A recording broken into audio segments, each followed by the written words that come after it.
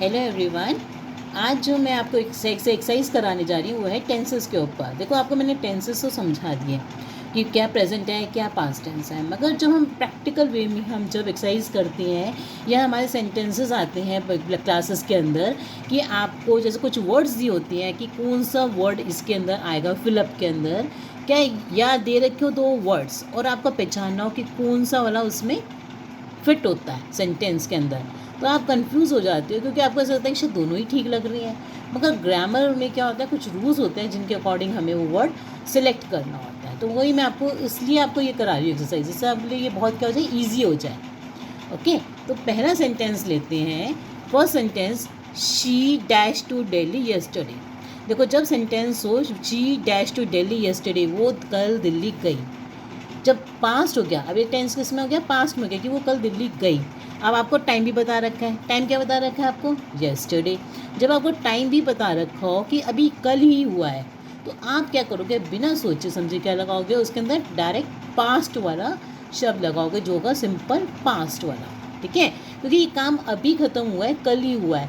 अगर कोई काम कल या परसों अभी थोड़े दिन में ही ख़त्म हुआ है, तो आप क्या करोगे, सीधा सिंपल पास्ट वाला शब्द लगाओगे। तो क्या है सिंपल पास्ट वाला शब्द इसमें, she went to Delhi yesterday.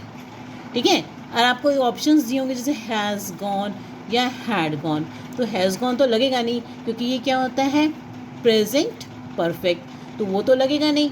और ये है हैड गॉन, तो इनमें आप कंफ्यूज हो जाते हो कि क्या लगाएं। तो इसलिए मैंने आपको बताया, अगर टाइम जो है बिल्कुल दे रखा हो और बिल्कुल पास में हो, कल हो परसों हो, तो इसका मतलब पास्ट, सिंपल पास्ट वाला शब्द लगाओगे आप। ठीक है, अब आ जाओ नेक्स्ट सेकंड सेंटेंस पे। I dash her for a long time. मैं उसको जानता हूँ बहुत लंबे समय से। तो जब फॉर या सिंस का यूज़ हो ना, तो बिना सोचे समझे परफेक्ट पे जाओ। ठीक है, जो वर्ड आपको कौन सा दे रखा हो, परफेक्ट वाला दे रखा हो, ये इसकी पहचान है। सिंस या फॉर हो तो आप परफेक्ट वाले शब्द पे जाओ। तो इसमें क्या आ जाएगा, आई हैव नोन। नोन ही आएगा, क्या लगाओगे आप, I have known her for a long time. मैं उसको लंबे समय से जानता हूँ। ठीक है, बिल्कुल आपको देर नहीं लगेगी। आप ये जब टेंसेस की ऐसे सेंटेंसेस आपको करने को आएंगे तो सर पहचान होनी चाहिए। ठीक है, ईजी पहचान मैं आपको बता रही हूँ इसमें। अब देखो अगला है, I dash of going to America. मैं सोच रहा हूँ अमेरिका जाने की। तो एक तो शब्द है थिंक और एक है एम थिंकिंग। तो एकदम आपको लगेगा ना, आई के साथ क्या लगता है, हमेशा एम लगता है। और ये हम हिंदी में अगर इसको ट्रांसलेट करके देखो, I dash of going to America, तो मैं अमेरिका जाने की सोच रहा हूँ। तो रहा हूँ, रहा मैंने आपको कल बताया था किसके लिए आता है, कंटिन्यूस के लिए। तो अपने आप क्या लगा दोगे आप, I am thinking of going to America. ठीक है, अब फोर्थ सेंटेंस पे आइए। फोर्थ सेंटेंस है, I dash in Calcutta since 1970। तो देखो मैंने आपको बताया ना, सिंस हो या फॉर हो, आप क्या करोगे, परफेक्ट लगाओगे। क्या लगाओगे, परफेक्ट टेंस। तो इसमें क्या है, यहाँ पे आएगा, I have lived in Calcutta since 1970। इसका मतलब ये होता है कि मैं अभी भी कलकत्ता में रह रहा हूँ और मैं 1970 से कलकत्ता में रह रहा हूँ। ठीक है, अगर आप लगाते हो ना लिव्ड, तो इसका मतलब होता है कि मैं रह चुका हूँ। पर वो तो कह रहा है कि सिंस 1970, इसका मतलब हुआ कि वो अभी भी रह रहा है। तो I have lived in Calcutta since 1970। ठीक है, अब देखो नेक्स्ट पे आ जाओ। तो क्लियर है ना आपको, अगर आपको कोई भी प्रॉब्लम आती है तो आप कमेंट बॉक्स में डाल के मेरे से पूछ सकते हैं। नेक्स्ट ले लो fifth sentence, the baby dash all morning.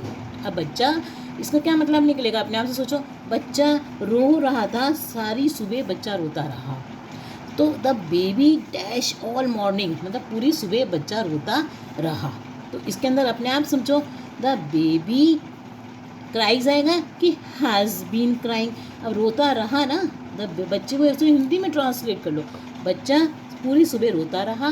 तो the baby has been crying, क्योंकि कंटिन्यूस में बोलेंगे ना, बच्चा रोता रहा, तो क्राइंग ये ऑप्शन आ जाएगी, the baby has been crying all morning. Next पे आ जाओ सिक्स्थ पे, I dash her letter a week ago, मुझे उसका लेटर मिला एक हफ्ता पहले। अब देखो काम क्या हुआ, पास्ट में ही ख़त्म हो गया। तो आप क्या कर सकती हो, इसमें लगाओगे, या तो दोनों ही करेक्ट होते हैं वैसे, मगर ऐसे ऑप्शन आ जाए I received her letter a week ago, मुझे एक हफ्ता पहले उसका लेटर मिला, तो ये भी ठीक होगा। और अगर वैसे क्या लगाया जाता है, इसमें लगाते हैं आई हैड रिसीव्ड, क्योंकि उसके पास लेटर अभी भी है, तो इसलिए क्या कहेंगे, I had received her letter a week ago. ठीक है, अब नेक्स्ट पर, क्योंकि थोड़े दिन पहले हो चुके हैं, तो इसलिए भी हम क्या लगाते हैं, हैड रिसीव्ड। 7th पे आओ, I dash a lot of work today. अब देखो मैंने आज क्या किया, I did a lot of work today, या I have done a lot of work today, और ऑप्शन तीसरी क्या है, आई हैड डन। 3 ऑप्शन है, देखिए हैव डन, हैड डन या डिड। तो आप क्या लगाओगे इसके अंदर से, काम क्या हुआ, आज मैंने, क्या मतलब हुआ, पहले मीनिंग निकाल लो। I dash a lot of work today, आज मैंने बहुत सारा काम किया। तो देखो किया किस में आ गया, पास्ट में। तो अब क्या हुआ, आपके पास ऑप्शन क्या है कि आपको पास्ट वाला शब्द लगाना है, पास्ट टेंस। तो हैव डन तो आएगा नहीं, क्योंकि ये प्रेजेंट है, प्रेजेंट परफेक्ट है, तो ये नहीं आएगा। अब लगेगा हैड डन या डिड। तो I did a lot of work today या I had done a lot of work today, तो ये दोनों ही ऑप्शंस ठीक है। नेक्स्ट पे आइए 8th सेंटेंस। अब आप आइए 8th सेंटेंस के ऊपर। 8th सेंटेंस में क्या है, शी डैश अनकॉन्शियस 10 o'clock, वो 10 बजे से क्या है, अनकॉन्शियस है। सेंस आ गया। अब देखो इसका मतलब कि क्या हुआ, कि आपको क्या लगाना है, परफेक्ट लगाना है। क्या लगाना है, परफेक्ट। तो जब परफेक्ट कौन सा इसमें, इस तो है नहीं, हैज़ बीन, कि she has been unconscious since 10 o'clock, वो 10 बजे से अनकॉन्शियस है, बेहोश है। ठीक है, तो सेंस आ गया। तो आपको मैंने बताया ना, बड़ी ईजिली फॉर और सेंस है, तो परफेक्ट वाला लगा दीजिए, हैज़ बीन। अगला देखो 9th वाला sentence, my uncle dash for England tomorrow. अब देखो कल, टुमारो का मतलब तो हो गया कल, जो आने वाली कल है। तो जो आने वाला होगा वो तो अपने आप ऑटोमेटिक क्या होगा, फ्यूचर टेंस। तो फ्यूचर टेंस वाला शब्द कौन सा है इसमें से, लीव्स नहीं है, क्योंकि तो प्रेजेंट है। हैज़ लेफ्ट क्या हो गया, प्रेजेंट परफेक्ट में चला गया। और विल हैव बीन लीविंग, तो फ्यूचर कौन सा है इसमें से, विल हैव बीन लीविंग। तो आप क्या लगाओगे, my uncle will have been leaving for England tomorrow, कल वो जो है इंग्लैंड के लिए चले जाएंगे, इंग्लैंड के लिए चले जाएंगे। आगे देखो नेक्स्ट सेंटेंस करेंगे हम 10th वाला, ही dash out half an hour ago, वो आधे घंटे पहले गया है बाहर। ठीक है, वो आधे घंटे पहले बाहर गया है, तो ही डायरेक्टली है कि आधा घंटा पहले गया, तो he went out half an hour ago, वो आधे घंटे पहले गया। नेक्स्ट देखो 11, जब बहुत ज़्यादा लंबा टाइम हो जाता है ना, तो हम लगाते हैं हैड गॉन, बहुत लंबे समय से पहले का हो। और जब थोड़ी देर पहले का हो पास्ट में, तो हम क्या लगाएंगे, सिंपल पास्ट वाला वेंट जैसे। 11th देखो, शी डैश जस्ट नाउ, वो अभी आई है, अराइव्ड है शब्द, हैज़ अराइव्ड है, तो हम क्या बोलते हैं, वो अभी आई है, और है ना यहाँ पर, तो आप क्या लगाओगे, she has arrived just now, क्योंकि अराइव्ड तो पास्ट में चला गया और काम हुआ और ख़त्म हो गया और एक तरफ हो गया, पर अभी तो वो अभी आई है, तो she has arrived just now. ठीक है, 12th वाला देखो, the exhibition dash over a week ago, exhibition जो है एक हफ्ता पहले वॉज, हैड बीन या हैज़ बीन, एक हफ्ता पहले ख़त्म हो गई। जो कोई काम ख़त्म हो चुका है, तो क्या करेंगे हम, जब एक काम कोई ख़त्म हो जाए, पास्ट में ख़त्म हो चुका है, तो आप देखो द एग्जीबिशन, तो पास्ट वाले लगाएंगे कोई शब्द हम इसके अंदर, तो वॉज हो सकता है या हैड बीन हो सकता है, क्योंकि हैज़ बीन तो क्या हो जाएगा आपका, परफेक्ट में चला जाएगा, प्रेजेंट परफेक्ट में चला जाएगा, तो ये तो आएगा नहीं। तो the exhibition was over a week ago या हैड बीन, अब तो कोई टाइम ज़्यादा हो चुका है, वो कहने हफ्ते से पहले हो चुकी है ख़त्म, एग्जीबिशन जो है एक हफ्ते से भी ज़्यादा क्या हो चुका है, टाइम उसको हो चुका है। तो जब लंबा टाइम हो जाए, तो मैंने आपको बताया क्या लगाओ, हैड बीन लगाओ। ठीक है, the exhibition had been over a week ago, और कल की बात हो और थोड़ी देर पहले की बात हो तो आप क्या लगाओ, सिंपल पास्ट वाला शब्द लगाओ, जैसे जिसमें जैसे है वॉज। अगर अभी देखो ज़्यादा टाइम हो चुका है, ओवर अ वीक अगो, एक हफ्ते से ज़्यादा हो चुका है एग्जीबिशन को ख़त्म हुए, तो आप क्या लगाओ, had been, the exhibition had been over a week ago. तो ये पहचान रखो इसके अंदर, ठीक है।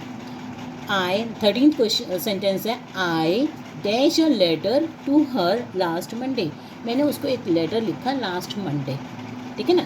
अब देखो जब काम ख़त्म हो चुका है, लास्ट मंडे मैंने उसको एक लेटर लिखा है तो पास्ट में हो गया, तो प्रेजेंट वाली कोई चीज़ तो आएगी नहीं इसमें।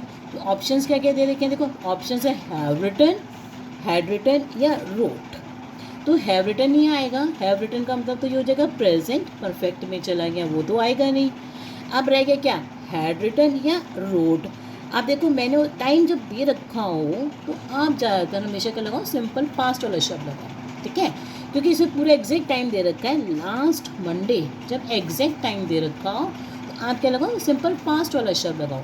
आई wrote a letter to her last Monday, क्योंकि दिन फिक्स है, आप क्या लगाओ यहाँ पे, रोट लगाओ, I wrote a letter to her. जैसे ओवर अ वीक अगो था तो टाइम तो नहीं फिक्स था, तो एक हफ्ते से ऊपर हो चुका है, ठीक है ना, ज़्यादा टाइम हो चुका है, मैंने एग्जैक्ट टाइम तो नहीं बताया ना।